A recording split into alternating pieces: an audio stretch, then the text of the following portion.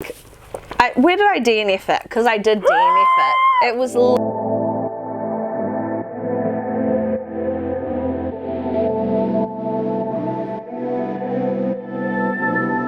Kia ora, welcome back to the Tortured Book Club. Our book pack for June, July was books that were, the prompt was books that had been made into TV shows. So I did The Duke and I by the Bridgerton, the first book in the Bridgerton series.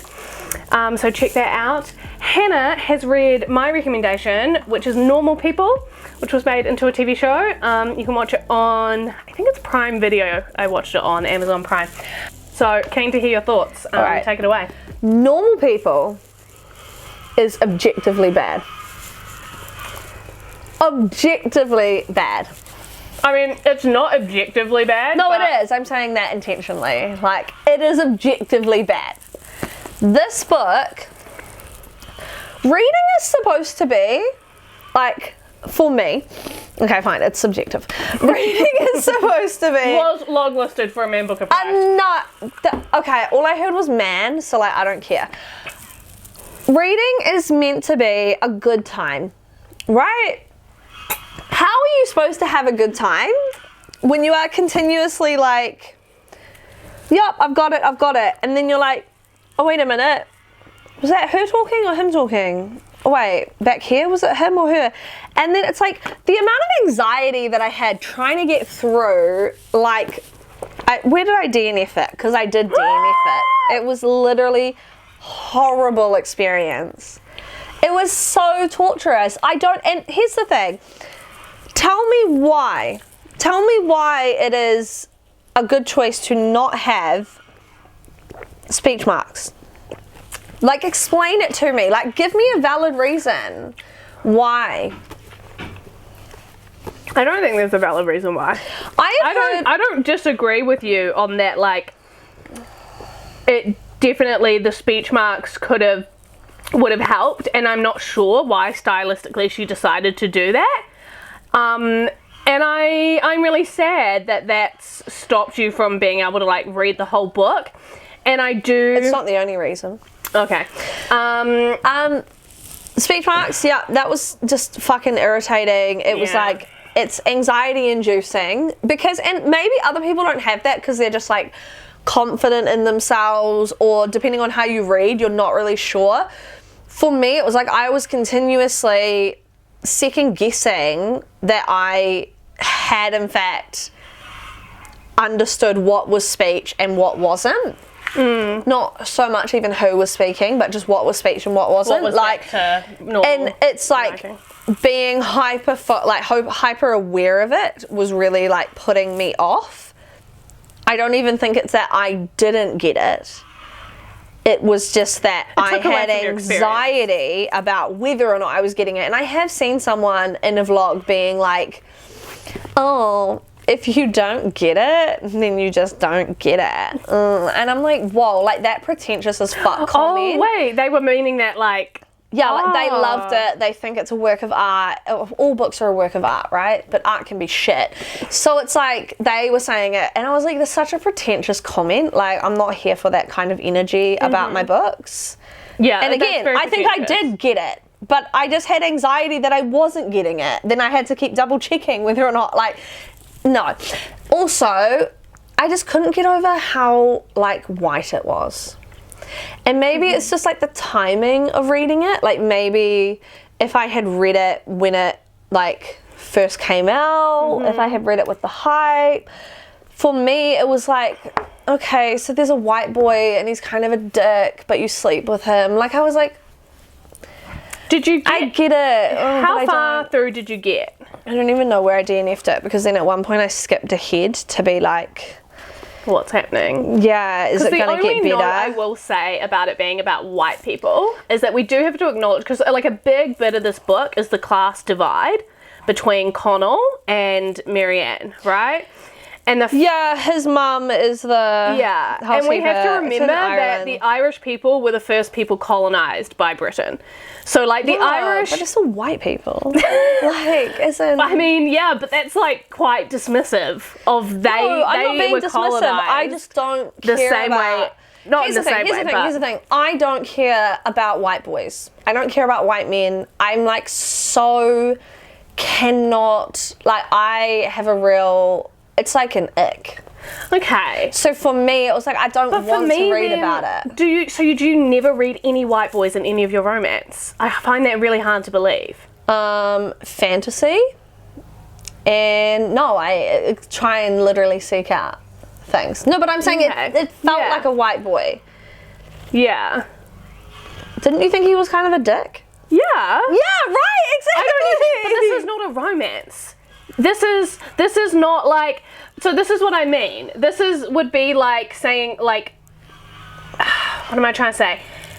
The point is not to, I think you maybe went into this thinking it's a romance. Yeah, I did. No, it's not a romance. It is contemporary literary fiction.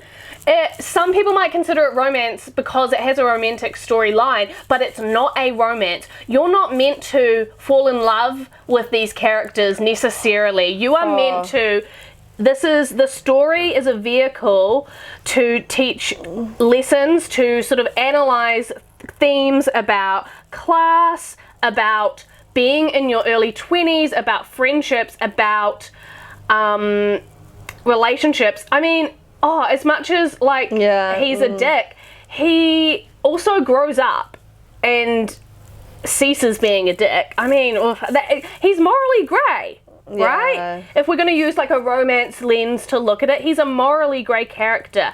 He was heartbroken and completely, he was a dumb boy who thought people cared about who he was sleeping with. And when he realizes that no one did, he really sort of reflects on that. And do you know what I mean? Because you didn't say when you DNF'd. Yeah, no, I DNF'd well before that. I DNF'd before his. Okay, see, then that's. But that's kind of sad because you missed out this huge character growth of him. That's the thing, I didn't like him. Like, I don't want to. Yeah. Because with the speech marks, with it, and maybe if it's a combination, yeah, because it's like if I'd had the speech marks, then I possibly would have been able to stick with it. But it was like I just kept going because I was having to put so much effort into tracking it, like my anxiety. It was exhausting. Yeah, and then I'm questioning why am I getting so exhausted over this stupid white boy, like. Do you get what I mean? Oh, I 100%. Do you understand that? And I will state this clearly. I 100% respect the fact that you DNF'd it for the speech marks. I 100% respect that. Knowing it's not a romance, like, does change it. But then also, which is why this is the thing with the sort of. This is why I hate when you look on Goodreads and you're trying to look for the genre and it'll list like 10 genres. And I'm like, that's not helpful. No. Like, I get that technically most books could fit into, have a number of themes, but that doesn't mean they're part of the genre, right? Yeah.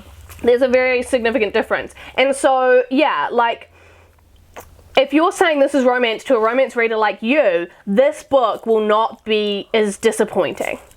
Yeah. And for me, though, who likes contemporary lit and likes romance and didn't have a romance genre expectation of like, these are two characters, I'm going to love both the characters and I'm going to be really excited for them to get together and then they're going to get together and it's going to be great. Because that's not this. This is an on and off relationship. It spans years. It's talking a lot about class, a lot of character growth, a lot of family stuff as well. We've got themes of suicide, domestic violence, like all this sort of stuff that you probably didn't even get to.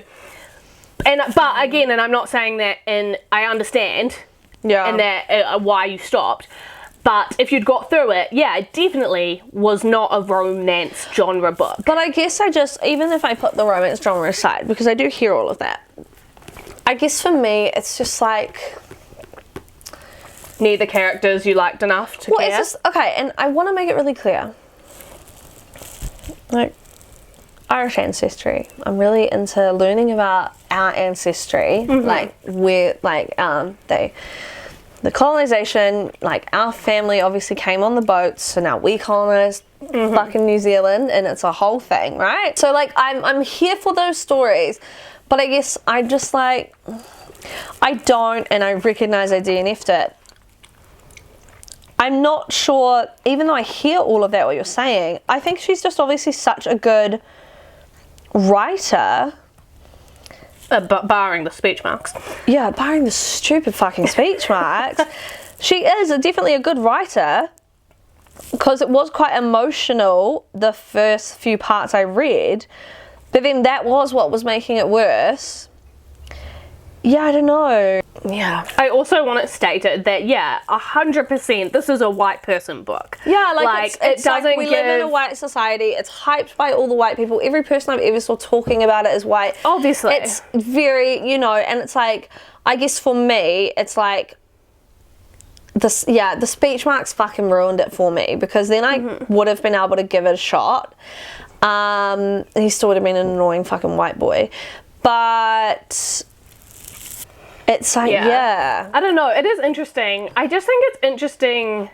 The Irish thing is interesting just because in terms of this, like Connell's family being lower class and not having a lot of money is likely a knock-on effect of the Irish being colonised all those years ago, in the same way a lot of other indigenous native populations have those same issues. They have high rates of poverty because of being colonized so long ago, and that's just a really hard thing to then crawl out of. Yeah. However, still Irish people are still white and look white and still benefit from being white. So it's not exactly the same.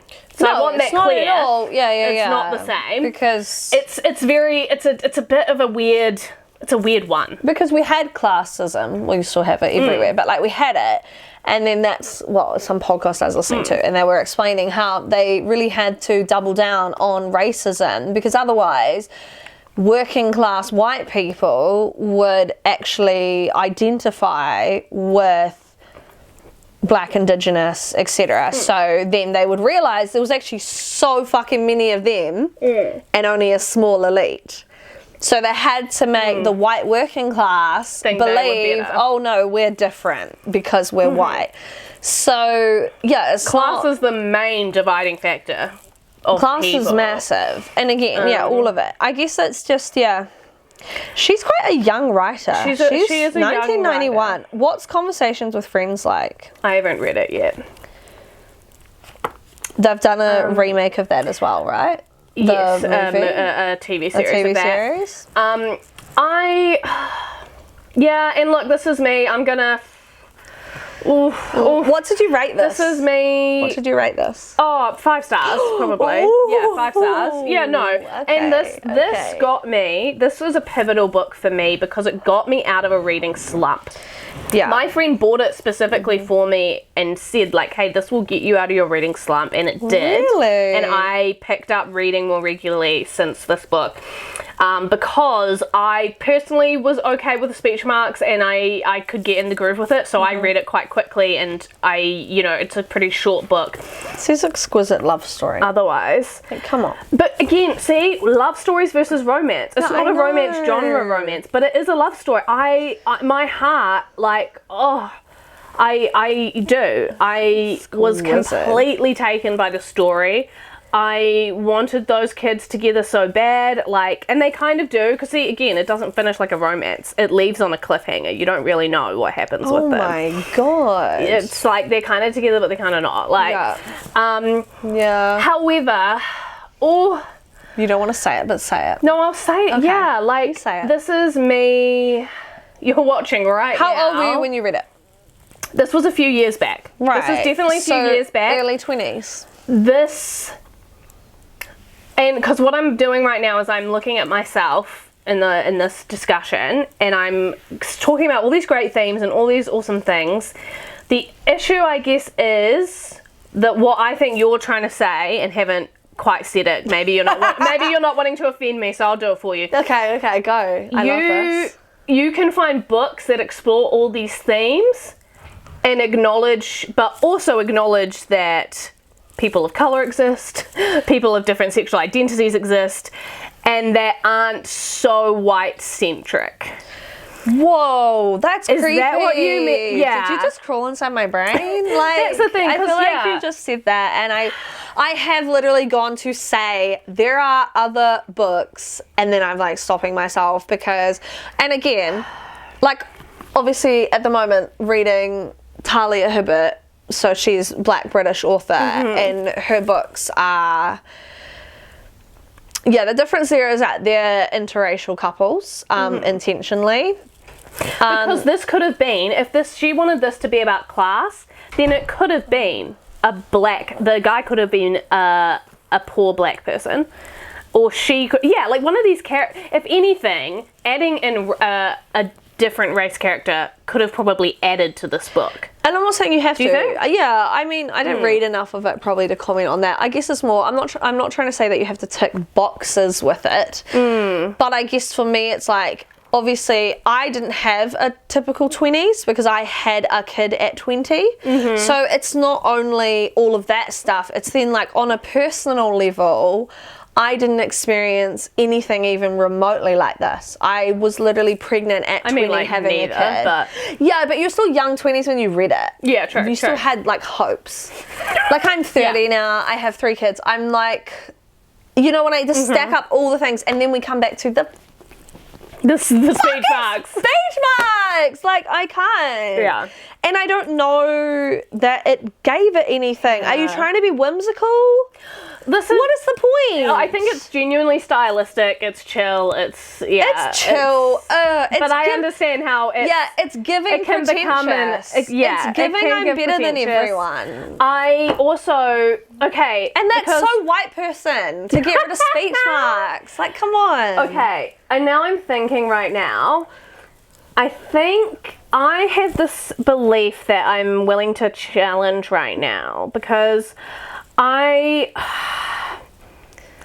so curious. And this is why I'm putting the question out there. So how I would categorize this book, there's 3, if we're going to put it into 3 simple categories, and I'm being very generalizing, you've got books that feature oppressed groups and highlight them in like uplift them, tell their stories, or at least include them in stories because they are in every story. Yeah. Right? 2, you've got a book about that not only excludes oppressed groups from books, but actively perpetuates bad stereotypes about oppressed groups. Like is a you know, a harmful book, an offensive book, causing harm, perpetuating bad ideas. This is what I would call the 3rd category. This is a white person book. It's a white story. And if someone can say, actually, no, it does perpetuate harm, then I'm totally open to that. Maybe it does in a way that I as a white person can't pick up on. But otherwise, it doesn't say anything about other groups. It's very focused just on these 2 people who are both white. So to me, my thought is it's a white story. So, but it's not harming any oppressed groups, but it isn't helping either. And is that okay to read a book like that and to really enjoy a book like that? Yeah, I think so. Moment.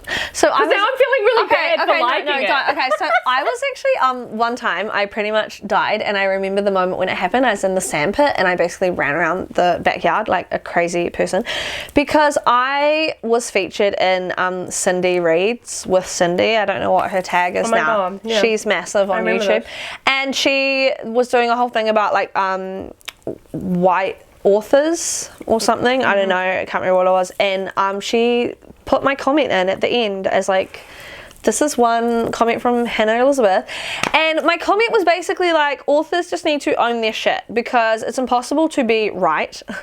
Am I white? That was funny. That wasn't my joke, I got it off someone. Anyways, it's impossible to be perfect or right And so it's just about being honest about where you're at. Like if you're going to write like a very white-centric world, white people, all of that stuff, don't then try and act like you haven't done that. Like you need to talk about why you've done that, what you've done that for. Like there's got to be a reason. In the same way that I think white people can write other characters, because then to say they can't, it's like, I don't think you can then turn around and be like, well, white people just can't be authors anymore. Like that's also not a thing. You just have to own your shit. So the thing for me is that, again, I'm currently reading Talia Hibbert. It's like black, fat, it's disability, it's Muslim, it's like giving all these things, it's interracial couple. And then I've got this thing on the side that I can't figure out who's talking. Like, I don't think it's wrong to like this book. Yeah. But I'm just saying from where I'm sitting in my life at the moment with the speech marks. Yeah. It was like 100%. It was like gasoline to a fire. Okay, yeah, for true. But I don't think you're wrong for liking it unless someone actually has read the whole thing and was like, no, it's terrible. Well, then they're probably right. Because the other thing is, it's also not like it's a white story that doesn't have any depth. The whole thing is that for me, as a white person, affect all people. It had a lot of depth. There's a bit of classism. There's a lot of mental health stuff. Connell goes through a huge mental health crisis. There is a lot of feminist type, I wouldn't say feminist, but about women's issues. So Marianne has very abusive family, and you can see that she then ends up in a pretty, I would call it an abusive relationship, and then that feeds into more relationships and especially her sex life. And so you're seeing all this stuff happening. It's just important, I guess, when you read this, to know it's all through a white lens, and that other people going through those situations, so like a black woman going through the same experience Marianne had, would have a very different lens on it, and potentially not have come out as well or as easy. There would have been more things. There would have been more barriers. There would have been a lot more barriers. There's a privilege to white people having problems. Exactly. Marianne being a woman who has experienced abuse, and Connell being a white man experiencing poverty, not poverty, but just lower class. They still have the privilege of being white. He still got like a scholarship and went to this fancy fucking college. She was still rich. Yeah. When she was in danger, Connell was able to save her from that danger because she had people in her life that she could depend on, Connell and Connell's resources and access, and just a general, like, you're not, your everyday life. And I was thinking this, and I'm going to recommend to you, Hannah, as like I think a good conclusion to this, I think you should watch the TV series. I think you will like the TV series. Yeah. I think you might even get the fuzzy, like that, oh my God, I'm sorry, but the TV series is amazing. I genuinely think the casting was so spot on. I just think there was so much chemistry between the two actors. They could just be standing there and I'd just be like, oh my God, just kiss already. Like, what are you doing? Like, that's crazy. And the music they use, like, it's a beautifully done TV series. Maybe better than the book. If we consider the speech marks almost like an accessibility thing. Oh, is it? Right. It's almost like, triggering. Almost triggering. So in that way, the TV series is potentially even better of a piece of art because it's more accessible for everyone. But even when watching that show, and I loved it, I have been thinking about this recently. I think because it was in another show I was watching, I'm getting a little bit sick of the storyline, which is definitely in this book.